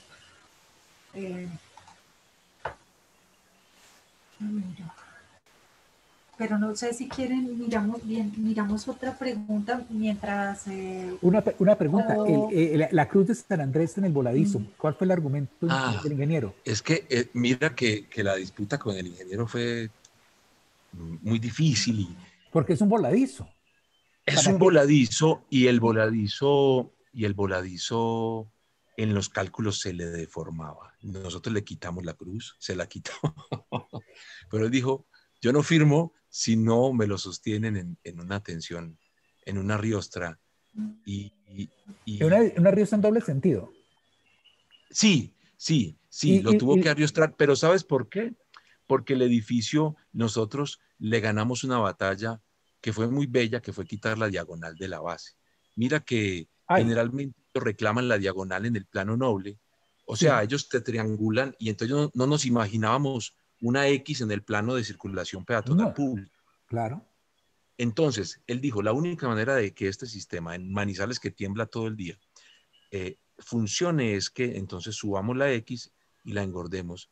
Y en los voladizos particularmente me genera temor. Y dijimos, listo, señor. Para que... fue un precio que pagamos, sí, un precio que pagamos. Para corregir un efecto del voladizo con un empuje vertical alto. Sí, exactamente. Hay una, tendríamos que hablar con él porque esa discusión fue de todas maneras muy bonita, de cómo pudimos romper con ese estigma de la X en todas partes, que es la única manera que ellos encuentran de arriostrar la estructura metálica. Y en este caso, pues... Ya, sí, es que la gente dice estructura metálica y lo llena de X, de cruces de San Andrés. Exactamente. Aquí se realiza arriba, pero no abajo. Lo mejor que pudimos lograr en este caso. Sí. Ok, vale. Sí, no, hay peleas perdibles. Yo sé, esa fue tremenda. Ganar esa planta libre sin X fue increíble.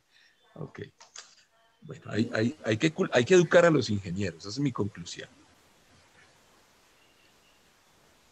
En la arquitectura, por supuesto. Ellos saben mucho de sus matemáticas. No sé, es que no sé si le hacemos la presentación o si respondemos las otras dos preguntas, Liliana, no sé. Pues Liliana la que nos da. Sí, la que decide. Tú decides, Liliana. Pues presentemos brevemente, pues para la solicitud de Francisco, presentemos brevemente este proyecto y ya le damos la palabra a para que, pues supongo que para cerrar temas también. Sí. Listo. Edison, brevemente. Bueno, brevemente.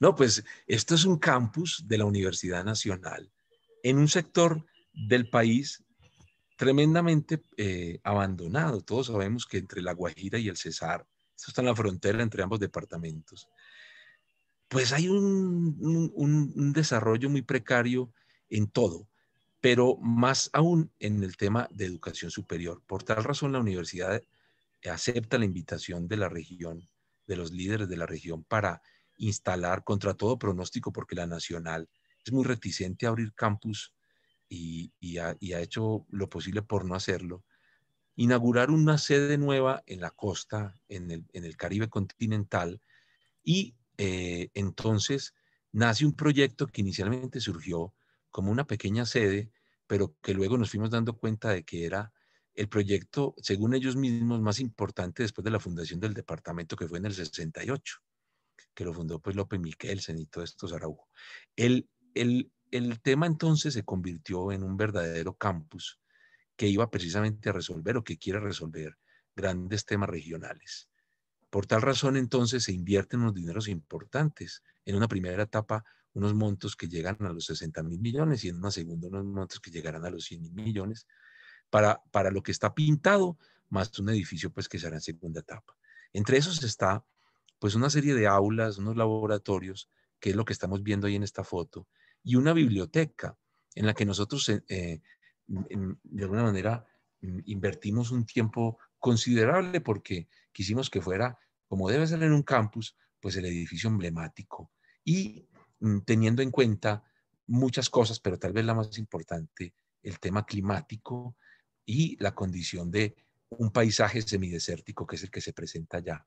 Sí, entonces, pues las aulas las sembramos en una arquitectura que corta el sol con una orientación perfecta norte-sur, que tú sabes, todos saben que, y en el valle lo viven también. Un lote que tenga orientación norte-sur debería valer el doble, aquí el triple, porque implica simplemente la posibilidad de abrirse al paisaje sin ningún tapujo, sin, como se ve en ese dibujito chiquito que está arriba, o sea, abrirse completamente a la Sierra Nevada de Santa Marta o en su defecto a la Serranía del Perijá, que es la vecina que forma el valle. Es un valle de 17 kilómetros de ancho en este punto, por donde pasan pues raudos los vientos alisios que vienen de la Guajira, colectando incluso corrientes desde el Sahara mismo. Es un viento 45 kilómetros por hora, estupendo, y intentamos hacer una arquitectura tubo, así de simple, o sea, simplemente trazar todo aquello que colectara el viento, pero que cortara el sol. Ustedes ven la diagonal de sombra, esa es la diagonal que construye el sol del 21 de diciembre, o sea, el solsticio de invierno para nosotros, que hace que podamos trazar esos ventanales sin ningún miedo, que son además movibles y para mi felicidad, no tanto para la de los del campus, los equipos de aire acondicionado se están dañando porque no se están prendiendo. Eso me genera una satisfacción increíble. Yo sé pues que eso obviamente están allá arriba montados, pero son unos equipos que nosotros advertimos que no iban a hacer falta, que no invirtieran en eso. Ahora después de la pandemia sí que es más clara la cosa. Y todas estas ventanas abren y luego pasa el viento por entre los salones y de verdad, les juro, no hay que prender el aire nunca, ni siquiera en los meses más tórridos, que son por allá en abril, precisamente los que vienen.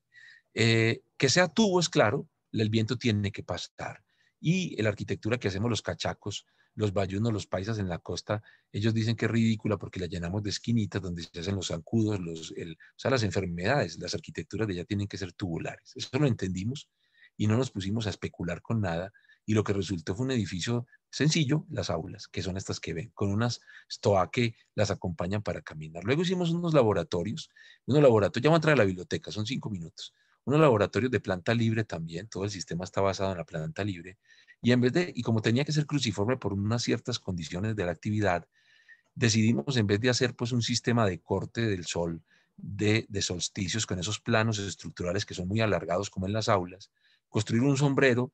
Nosotros le llamábamos sombrero mexicano hasta que vimos a los habaneros, a los cultivadores de la tierra de allá del propio Valle de Upar, que usaban unos sombreros igualitos a los mexicanos, así con ala ancha y copa alta. Nosotros no vamos a recrear pues un sombrero literalmente, pero realmente sí es porque tiene la copa alta, o sea, toda esa envergadura es un amortiguador térmico y la extensión pues del alero pues obviamente obedece a otra cosa distinta que a proteger, a poder abrir estos ventanales para ver el paisaje, porque es un derecho democrático de todos nosotros, pues que nos quitan el paisaje es muy doloroso, sobre todo el que hay allá que es espectacular, y para lograrlo en este caso, pues tuvimos que hacer este juego.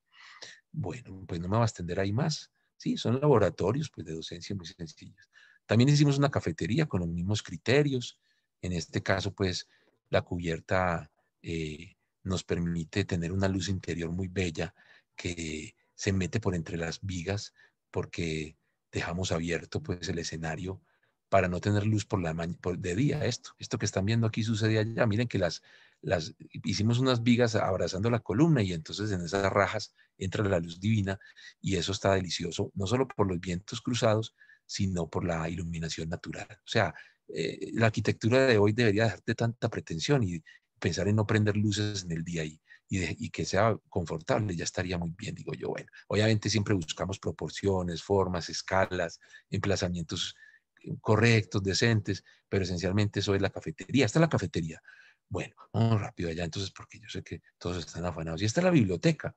Un gran problema porque nosotros teníamos claro que el verde que se va a sembrar aquí o que ya se está sembrando va a crecer y vamos a perder el paisaje lejano desde muchos puntos de vista y nos daba tristeza.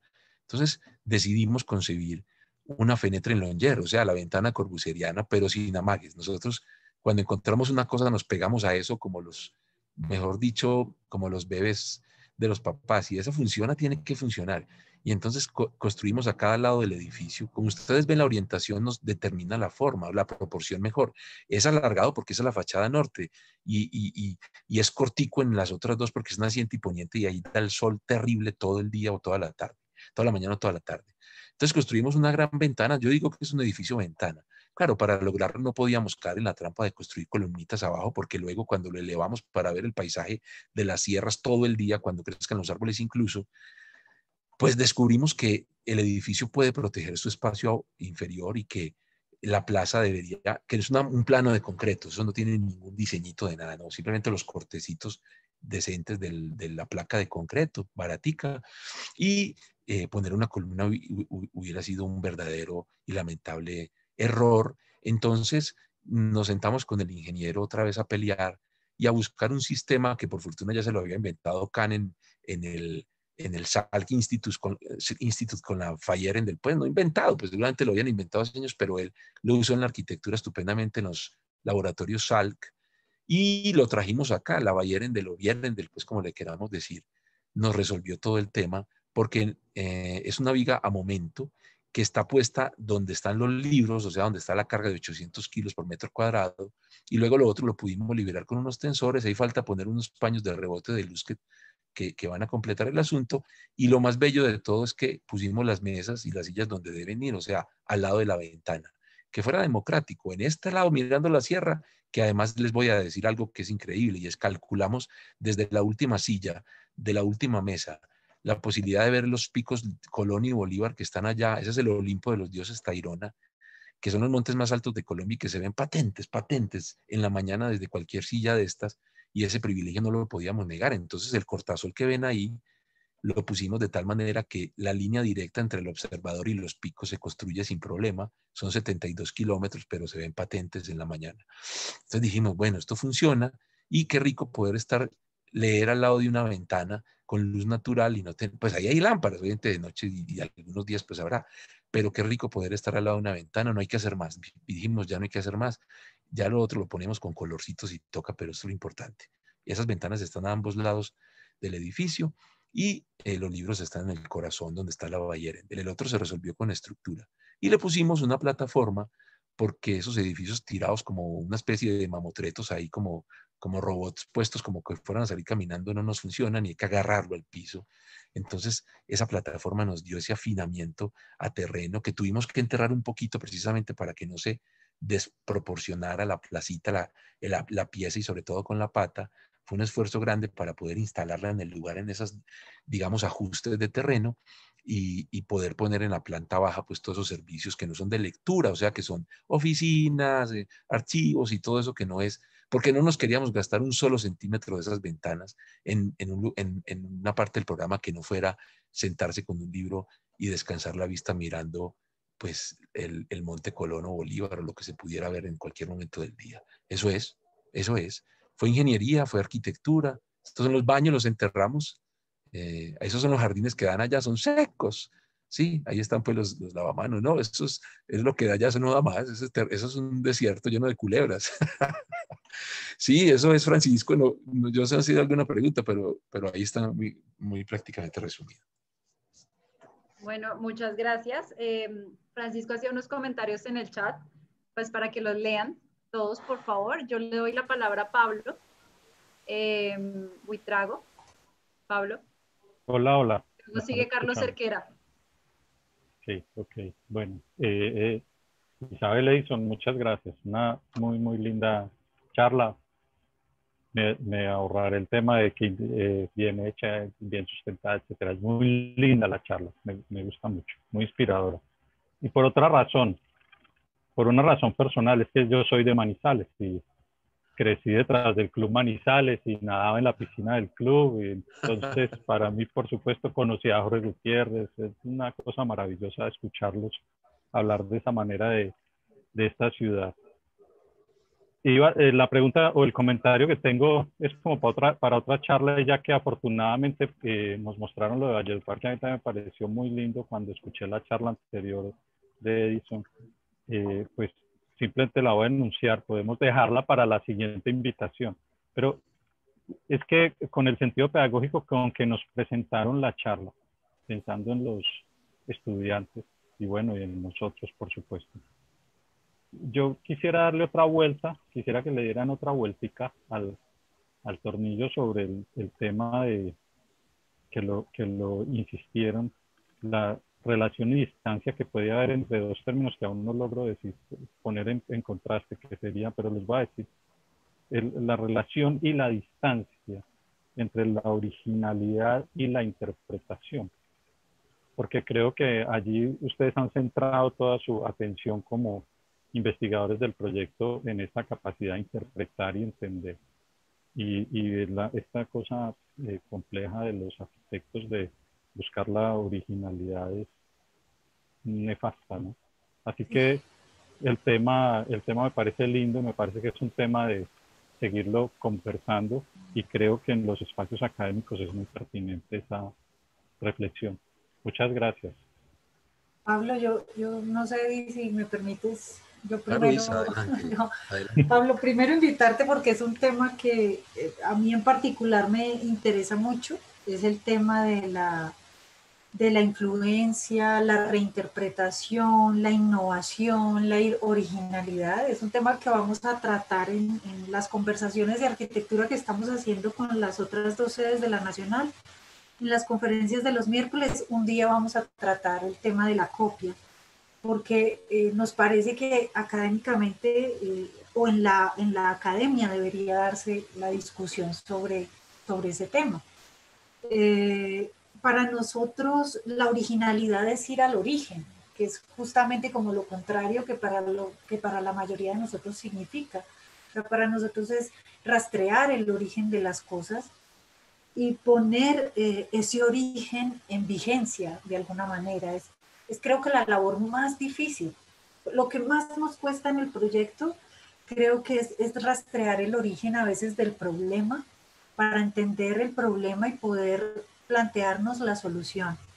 Entonces, para nosotros es esa búsqueda del origen. Casi que en clase discutimos mucho con los estudiantes el tema de la innovación, la creatividad, la originalidad, o sea, el sentarse a proyectar desprovisto de cualquier referencia histórica nos parece que es casi que un delito, porque ese problema se ha tenido y se ha resuelto de una manera seguramente ejemplar, y más que reproducir las soluciones, comprender el problema, lo que nos alienta.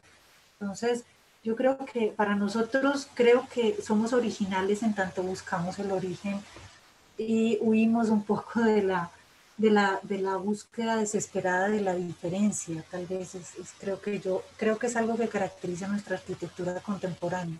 Es la búsqueda desesperada de hacer algo distinto y cuando menos piensas terminas haciendo lo mismo y mal. O sea, no, mejor dicho, creo que es como en eso va a girar la discusión y un poco pensar en lo que en Oriente significa la copia, que en muchas ocasiones la copia tiene más valor que el original en Oriente. Entonces, el tema, digamos, que nos apasiona, a mí en particular me gusta mucho porque creo que ha hecho un tremendo daño a la formación, esa casi que tú no puedes ver porque vas a hacer lo mismo, y eso ha sido nefasto para los arquitectos, y lo vemos en las ciudades, no hay que ir muy lejos para tener la prueba. No sé, Eddie, si quieres decir algo más. No, que concuerdo contigo, muy bonita respuesta. Muchas gracias. No, Pablo, a ti, Liliana. Tiene la palabra Carlos Cerquera. Carlos. Y luego Carlos García. Buenas noches para todos. Muchas gracias por la presentación, estuvo excelente. Quisiera iniciar la intervención también mencionando algo sobre lo que hablaron, pues lo que giró la presentación en relación al plano horizontal, ¿cierto? Cuando veía todas estas imágenes, a mi mente solamente, bueno, entre las imágenes que venía el Salk Institute, sí, como lo mencionaron, del maestro Louis Kahn, y me queda siempre en la memoria esa imagen en la que está la foto de la tarjeta que va hacia el atardecer, en donde el plano horizontal es el que conecta el cielo y la tierra, ¿cierto?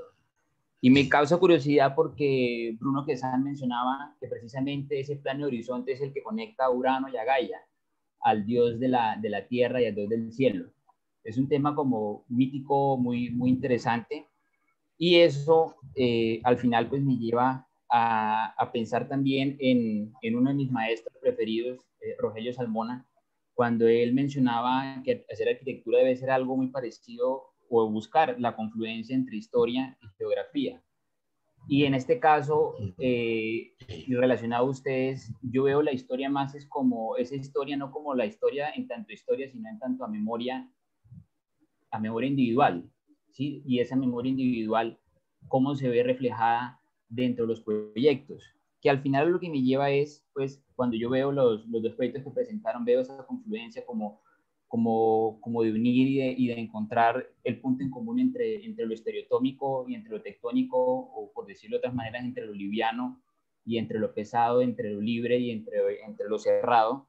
Sí, y me gustaría saber, o mi pregunta es, aparte de esas analogías que ustedes hacen a sus maestros hacia otras arquitecturas, ¿qué otras referencias tienen? Pues me refiero a pintores, me refiero a, no sé, a poetas, a textos, a algo que los saque también del mundo de la arquitectura, porque pues como sabemos los grandes maestros también fueron grandísimos escritores y sus referencias siempre son hacia poemas, siempre son hacia pinturas, hacia el cine.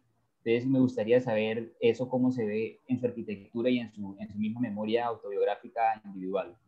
Gracias. Te tocó. ¿Ah? Te tocó. Me tocó, sí, yo sé. Oye, qué bien que traigas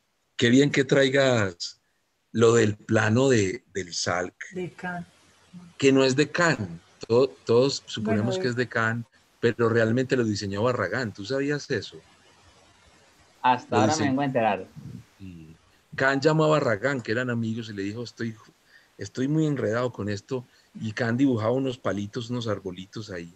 Y Barragán le dijo, no, deje eso libre. Y la clarividencia de Barragán, que es sobrenatural, que era sobrenatural, le permitió entender que ese plano horizontal iba a crear ese vínculo con el mar. Solo le creó la tarjeta, pues obviamente es un intensificador del efecto, pero sin duda le salvó la plaza porque Sí, no necesitaba nada. Lo más bello de eso es precisamente sí, esa claridad que tuvo Barragán. pero Claro, Kant se lo agradeció toda la vida. Ah, el hilo de agua es de Dan Keeley. ¿perdón? El hilo de agua es de Dan Keeley. Ah, sí, imagínate. El hilo No, de no sabía agua yo. y la escogencia del travertino, que sí fue discutida con Kahn, pero dijéramos, ya el proyecto final es de Dan Keeley. Ajá, qué bien, qué bien. Hermoso, hermoso. No, no, Pero sí. muy bien, muy bien. Sí, claro, igual lo que hizo Kant con el edificio fue también proverbial, sin duda. Bueno, no, y para responder a la otra, no, pues imagínate, hay que decir algo y con toda humildad, no, el arquitecto no puede ser un hombre bruto, no puede, no tiene derecho. Un arquitecto no tiene derecho a no ser culto. Es una obligación ética, eso sí es pura moral y ética, o sea, un arquitecto que crea que puede ejercer la arquitectura fuera del ámbito, no digo de la cultura, sino del arte, que son distintos, ojo con esa confusión. Yo creo que está siempre perdido. Uno anda muy perdido, pero esto lo andarán más. No, pues influencias infinitas. Por ejemplo, ahora estamos estudiando esa reconversión tan espectacular que hizo Brunelleschi con el Hospital de los Inocentes y cómo logró fusionar el estilo gótico con el medieval. O sea, nosotros no tenemos tiempo. Eso lo dejamos claro ahora. No nos importa si lo hizo alguien hace 2500 años o lo hizo anoche. Lo importante es que trascienda en los escenarios universales como problema. Que ya Isa lo decía, nos importa más encontrar problemas que las soluciones. Cuando uno formula bien el problema, salen 20 soluciones. En el taller de diseño nos pasa constantemente. Cuando logramos formularlo, los chicos empiezan a resolverlo ellos solos sin necesidad de coger el lápiz. Y precisamente es una reflexión que traemos porque tú lo mencionas, lo pesado de lo estereotómico y lo liviano de lo tectónico, pues siempre ha marcado el punto en el que están. Lo estereotómico está abajo y lo tectónico arriba. Pues Brunelleschi, antes que todos nosotros, antes que yo diría que todo el mundo, decidió que ahí iba a voltear la torta, iba a poner el gótico abajo y el medioevo arriba. Claro, la consecuencia es sensacional. Cuando tú vas al Hospital de los Inocentes descubres precisamente la tergiversación de esos dos mundos, y eso en este edificio particularmente lo tuvimos en cuenta. Mira que la plataforma no es tan sólida y los testeros que pusimos intencionalmente, ahí salieron balconcitos, en los dibujos poníamos balconcitos, porque uno siempre quiere ver el paisaje. Ya tenemos este gran balcón, pero decíamos, si de esta oficina no va a ver el paisaje, y decidimos cerrarlos inmanentemente, o sea, con toda la contundencia de un plano abstracto, porque nos traía esa solución de lo pesado arriba y lo liviano abajo, un poquito jugando con Brunelleschi en esa tergiversación tan poderosa que logró ahí. Claro, uno se deja permear de esas lecciones que están en todos los ámbitos en todos los momentos de la arquitectura, no hay manera de escoger, pero por supuesto que tenemos pues lo mismo que seguramente ustedes, un amor profundo por el cine. Isa es una coleccionista de cine inmarcesible, ha creado aquí clubes de eso, pues muy, muy íntimos, pero nos trae pues unas películas fantásticas y con eso no creas, uno ve cosas que no le revelaría, uno en los extrarradios del mundo, ¿qué más posibilidades podemos tener? Uno en Manizales estando en los bordes del planeta y es la única manera de acceder a él, obviamente viajando también, y la literatura y demás, ¿no? Pues cuando quieras hacemos unas buenas conversaciones sobre esos temas, pero decirte que tratamos de gastarnos el tiempo libre en estas cosas también. Yo quisiera solo agregar algo, Eddie, que creo que tiene como que ver con el sentido de la pregunta, y es que nos encanta la música, el cine, el arte, pero cuando hablamos de arquitectura o cuando hablamos de teoría del proyecto, nos concentramos en el proyecto. O sea, por eso Edison hablaba de Brunelleschi. Digamos que no somos muy afines al discurso que a veces acompaña la arquitectura, que es ajeno a la arquitectura. Es tal vez lo que quisiera decir, no porque tengamos un desprecio por la música o la pintura o la literatura, pero nos parece que a veces esa relación que se ha tejido, no siempre, pero a veces esa relación ha dado resultados nefastos también. Y se han construido los discursos ya que lo aclaró. justifican. Shklovsky ya lo aclaró. Tienes que leer a Shklovsky la intraductibilidad de las artes. Uno no puede convertir una canción en un edificio o viceversa. Eso no es posible. Cuando Mies intentó poner un edificio como Mondrian, pues se tuvo que salir corriendo de ahí y luego, pues por fortuna, le resolvió las cosas en el ámbito de la arquitectura, que le quedó algo, sí, pero evidentemente uno no puede convertir una pintura en un edificio. Eso es un error clásico de lo que pasa hoy, ¿no? Mucho. Un texto Hay que leer en un ese texto de edificio. Shklovsky para entender esa gran, digamos, comprensión que él tuvo de la intraductibilidad de las artes. Bueno, pues eso es otro tema. Muchas gracias. Con gusto. Gracias y esa descripción a ti, tan gracias. que hacen de Manizales, donde uno está en el fin del mundo y le doy la palabra a Carlos García. Que dijiste que cuando uno está por aquí en el fin del mundo, pues si no ve el cine y lee un libro, se fregó. Y se fregó, se fregó. Pero desde ese fin del mundo se ve todo el mundo. Sí, ¿no? Hay que pararse en Chipre para darse cuenta de eso. Aquí hay un mito, y es que si uno se para bien arriba, había hasta el Chocó. Eso es... Sí. Bueno, Carlos Andrés. Sí, bienvenido. buenas noches, ¿me escuchan? Sí. Sí. Sí, Carlos. Bueno, primero que todo agradecerles por ese espacio que a ti, Liliana, que estás organizando estas charlas tan interesantes, a ustedes por esa presentación tan precisa, tan coherente, tan sencilla, pero muy profunda en sus comentarios, que hablan pues de la disciplina, que creo que este tipo de espacios en donde la arquitectura hable de sus valores, de las relaciones con el sitio, con la vida, con la técnica, pues indudablemente son bastante esclarecedoras. Quería hacer era un comentario y agradecerles por esa imagen que pusieron de Turner, porque para mí es muy,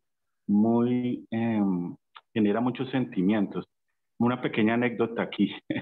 Cuando era estudiante de arquitectura y en Univalle, yo teníamos un profesor que se llama Carlos Esteban Mejía, y él nos enseñaba historia de la arquitectura, historia 2, historia 3, y había un trabajo que era analizar los edificios antiguos, pero analizarlos era no solamente en términos históricos, sino arquitectónicos, es decir, desbaratarlos, comprenderlos. Hacíamos trabajos de análisis y hacíamos maquetas, y a mí me tocó hacer la maqueta del santuario de Delfos.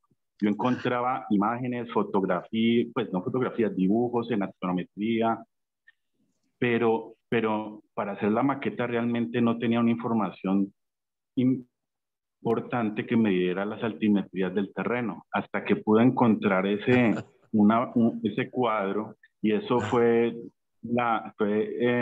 totalmente esclarecedor pues para poder elaborar la maqueta. Y en la medida en que yo hacía ese terreno, pude comprender cómo ellos cogieron ese terreno, estoy hablando pues de los griegos obviamente, ese terreno, y lo comenzaron a domesticar, ¿no? A generar esos basamentos, esos plintos, para que todos esos edificios se pudieran poner en ese terreno tan escabroso, ¿no? Una cosa tan compleja.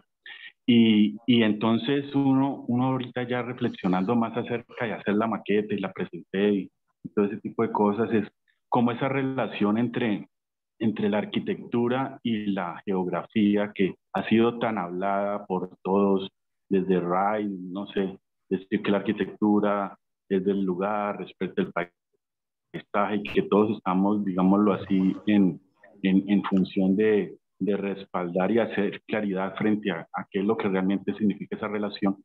Creo que los griegos aquí también nos dan otra enseñanza, y creo que hay algo que está en el trasfondo, y es que no solamente la arquitectura se sirve de la geografía, sino que la geografía también se vuelve arquitectura. Es decir, que esas montañas que mostrabas en esos dibujos tan sensibles, entonces esa geografía se vuelve un recinto, o sea, se vuelve formalmente un espacio que contiene este santuario, y que creo que eso, pues indudablemente, en la medida en que uno comprende esas lecciones que a través de estos dibujos o de los análisis que uno haga de estos valores históricos, arquitectónicos, pues obviamente pues le dan a uno las herramientas que, como están diciendo ahorita, son las con las cuales uno puede seguir proyectando y seguir trascendiendo y aportando al discurso de la arquitectura. Sí, señor, sí, señor. Muy bien. De acuerdo. Hola, ¿hay algún otro comentario? ¿Una otra precisión? Hay unas en el chat. Me gustaría, No te estamos oyendo bien, Liliana. Hola, espera. Que tengo aquí un electrodoméstico, segundo. Ya, no, pero era el sonido de tu micrófono. Listo, ¿me oyes mejor? Mejor. Perfecto. Sí, es que estaba prendido. Bueno, las cosas de la virtualidad, ¿no? De la casa, del trabajo, todo mezclado. Listo. Hay unos comentarios que quisiera leer para hacer el cierre de la sesión. Bueno, hay un comentario de ARC-NSL. Muchas gracias. Un saludo de Escobar, que me encanta poder reivindicar la arquitectura moderna y volver a dar sentido a la comunidad. Sí, no te oímos. Liliana, no se escucha. Es como si el micrófono se tapara, o no sé. ¿Será? Pablo, ¿tú me oyes? Ahí sí te escuchas. Ahí sí, ahí sí. Hola. Ahí sí. Ahí Es que perfecto. tienes un problema que Sí, se te va señor. la voz, como el micrófono, no sé qué pasa. Se va. Internet. Ok, Ahí, bien. muchas gracias. Un saludo desde Ibagué. Me encanta poder reivindicar la arquitectura moderna y volver a dar un sentido a la promenada, el papel de la arquitectura, entendiendo las determinantes del lugar como una escenografía y volver al sentido del lugar. Escribe ARC-NSL. Y bueno, hay unos comentarios del profesor Francisco respecto al proyecto de la Universidad Nacional es un proyecto construido a punta de luz y sombra, donde la precisión y el rigor muestran lo que es sustancial. Y más tarde dice, bueno, la intervención en la topografía también se revela como esencial. Alguien comenta que la conferencia de la condición geográfica de la arquitectura que dictó el maestro Edison en el marco del ciclo de conferencias virtuales explica la profundidad del proyecto de La Paz y que pues está en YouTube, también se puede consultar. Y bueno, pues nada, creo que con eso damos cierre. Agradezco muchísimo a Isabel, a Edison, a los participantes. En un momento tuvimos 52 participantes. En este momento tenemos 43. Creo que fue una charla maravillosa ver los proyectos realmente como nos anunciaron de la teoría a la práctica. Gracias a ti, Liliana, por la todos. invitación. A ustedes por los comentarios tan generosos, muy queridos. Esperamos muy pronto verlos en presencia, sea en Cali, sea en Manizales, porque están invitadísimos, y poder compartir y hablar, seguir hablando de arquitectura, que es tan rico, de otros temas también. De nuestra parte, infinitamente agradecidos por esta oportunidad. Fue una delicia, realmente, estuvo muy rico. Muchas gracias, gracias por escucharnos, por permanecer conectados. Muchas gracias. Y gracias, Liliana, por la invitación.